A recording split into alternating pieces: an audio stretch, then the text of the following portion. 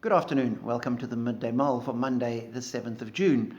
Robert Murray McShane has us reading Deuteronomy chapter 11 today. Moses giving the law to the people of Israel and encouraging them to follow it. And I'm struck by the following verses from verse 26. See, I am setting before you today a blessing and a curse. The blessing, if you obey the commands of the Lord your God that I am giving you today. The curse, if you disobey the commands of the Lord your God and turn from the way that I command you today by following other gods which you have not known. And as I read that, I thought, particularly having just finished sort of glancing at some news headlines, thinking, is it any wonder that the world is struggling the way it is and has as much conflict and as much of a mess when by and large, the world is going its own way, doing its own thing, trying to live by its own standard, deciding for itself what is good and what is bad.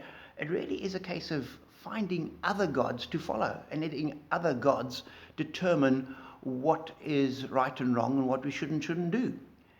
And God has been clear. If you walk in my way, that is a way of blessing. All other ways are ways outside of blessing. And as Christians, we need to be aligning our own personal lives with God, knowing that as we walk with Him, He will be with us. He will fulfill His promises for us. He will meet us in our need. He will look after us and He will bless us. That's His word. That's His promise to us. And so we need to be trusting Him. Now, we don't always get it right. Of course we don't. We're sinners. And we get it wrong time and time again. But we come back to Him. We don't say, oh, well, the way I've now decided to go on, where I'm actually going to use bad language, or I've decided not to speak the truth. Truth isn't that important. No, when we've broken the commandments and we've lied, we come back to God and we apologize and we say, I do want to align myself with your will. And as we do that, He forgives us and He does bless us. And we need to be shining in society and calling society to walk in God's ways. We can't force them. We don't stand on the sidelines and point fingers at them.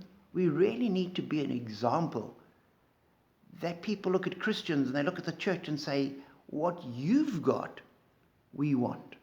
How do you get that? And at that point we can say, come, let us chat.